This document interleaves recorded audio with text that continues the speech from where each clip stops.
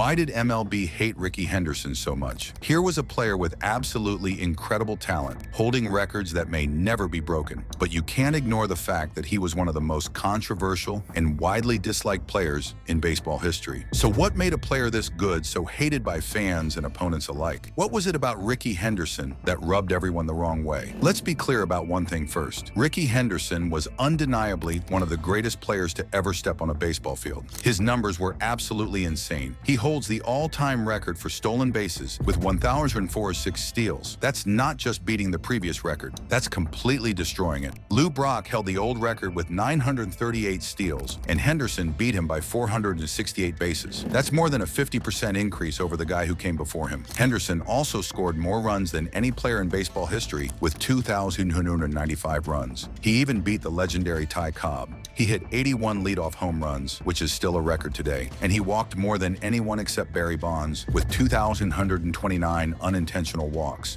These stats show that Henderson was absolutely dominant on the field. But here's where things get weird. Despite all that talent, Henderson developed a reputation as one of the most arrogant and self-absorbed players in the game. And it all started with the way he talked about himself. Henderson had this bizarre habit of referring to himself in the third person. Instead of saying, "I want to play baseball," he would say, "Rickey wants to play baseball." This wasn't just occasionally. He did this all the time, and it drove people absolutely crazy. The most famous example happened when he was trying to get signed by the San Diego Padres. Henderson allegedly left a voicemail for general manager Kevin Towers that said, "Kevin, this is Rickey, calling on behalf of Rickey. Rickey wants to play baseball." Can you imagine getting a message like that? It sounds like he's talking about himself as if he's some kind of celebrity who needs an agent. But it gets worse. Teammates reported that Henderson would stand in front of mirrors before games, pumping himself up by chanting, "Rickey's the best," over and over again. After striking out, he would comfort himself by muttering things like, "Don't worry, Rickey, you're still the best." This is the kind of behavior you'd expect from a cartoon character, not a professional athlete. When Henderson was traded to the New York Yankees, a reporter asked him about playing on the same field as legends like Joe DiMaggio and Mickey Mantle. His response? "I don't care about them. It's Rickey time." The complete lack of respect for baseball history was shocking to fans and the media. Henderson tried to defend this weird speech pattern by claiming it was blown out of proportion. He said he used it to motivate himself and that he would scold himself by saying things like, "Rickey, what the heck are you doing?" But come on. Nobody believed that excuse. When you're constantly referring to yourself in the third person, especially in professional settings, it just screams massive ego problem. The whole thing reached its peak on May 1st, 1991, when Henderson stole his 939th base and broke Lou Brock's all-time record. This should have been a moment of pure celebration and respect for baseball history. Instead, it became one of the most controversial moments in sports. The game was stopped to honor Henderson's achievement. Lou Brock himself came out to congratulate him. Henderson was given a microphone to address the crowd. He started off fine, thanking God, his family, and the fans. But then he ended his speech with the most arrogant line in baseball history. "Today, I'm the greatest of all time." Think about how disrespectful that was. Here's Lou Brock, the previous record holder, standing right there on the field. This man had held the stolen base record for years and was gracious enough to come celebrate Henderson's achievement. And Henderson's response was to basically tell everyone that he was better than Brock and every other player who had ever lived. The timing made it even worse. That same night, Nolan Ryan threw his 7th no-hitter. Here you had Ryan, a humble veteran who let his performance speak for itself, compared to Henderson making outrageous claims about being the greatest ever. The contrast couldn't have been more obvious. One player showed class and humility, while the other showed nothing but arrogance. The media and fans were outraged by Henderson's declaration. It was seen as the ultimate example of his out-of-control ego.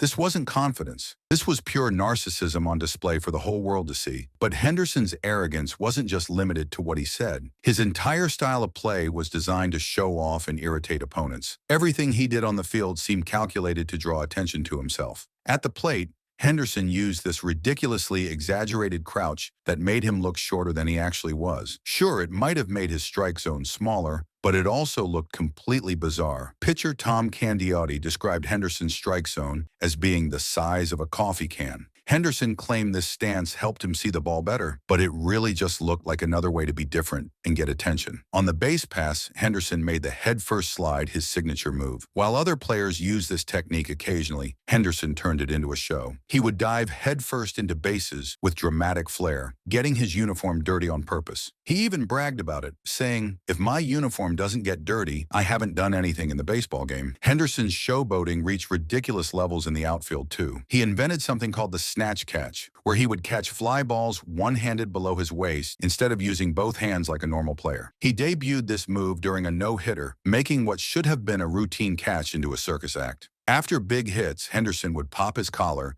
and take these wide, looping turns around the bases on home runs. When he was leading off a base, he would wiggle his fingers at the pitcher as if he was taunting them. Every single thing he did was designed to be as flashy and attention-grabbing as possible. Henderson defended his style by saying he wanted to beat opponents in the worst way, and that if that made him cocky, so be it. But this wasn't just competitive fire. This was deliberate disrespect toward the game and his opponents. Opposing players absolutely hated Henderson's antics. Tom Candiotti admitted, "I hated Rickey. Really, I couldn't stand him." This hatred came from the constant frustration of dealing with Henderson's showboating and mind games. Henderson would call other players to mess with their heads. When Harold Reynolds led the league in stolen bases during Henderson's injury year in 1987, Henderson called him up and said, "60 bases? Man, Rickey got 60 by the All-Star break," then hung up. This kind of psychological warfare went way beyond normal competition. On the base pass, Henderson would chat with first baseman and sometimes even announce his intention to steal before doing it. He turned baseball into his personal entertainment show, with himself as the star attraction. What made Henderson so infuriating was that he combined incredible talent with an absolutely toxic personality. He had the skills to back up his attitude, which somehow made it even worse. Players and fans could hate his arrogance, but they couldn't deny his ability. Henderson lived in his own world where he was the center of everything. His constant self-promotion and attention-seeking behavior overshadowed his teammates and made every game about him. Even when he was supposed to be celebrating team achievements, Henderson found ways to make it about Rickey. The media grew tired of his act too. Henderson's quotes became so predictably self-centered that reporters knew exactly what kind of responses they would get. He turned interviews into opportunities for self-worship rather than discussing the team or the game. Henderson's selfish attitude extended to how he interacted with the baseball community. While other great players showed respect for the history of the game and the players who came before them, Henderson seemed to believe that baseball history started with him. But here's the thing about Rickey Henderson that you can't ignore. Despite all his infuriating personality traits and controversial behavior, the man could absolutely play baseball. His statistical dominance wasn't an accident. That supreme confidence, even if it came across as pure arrogance, was actually the fuel that powered his record-breaking career. Henderson's belief in himself was so complete that it allowed him to take risks other players wouldn't dare attempt. He tried to steal 1,741 bases over his career and succeeded 80.8% of the time. That kind of success rate requires not just physical ability, but mental toughness and unshakable self-belief. His longevity was incredible too. Henderson led the American League in stolen bases for almost the entire decade of the 1980s. At age 39, he still led the league with 66 steals. He stole over 100 bases after turning 40, which are both records for players his age. Henderson was elected to the Hall of Fame in his first year of eligibility with nearly 95% of the vote. That kind of overwhelming support from baseball writers shows that, despite all the controversy, his talent was undeniable. Rickey Henderson will forever be remembered as one of baseball's most polarizing figures.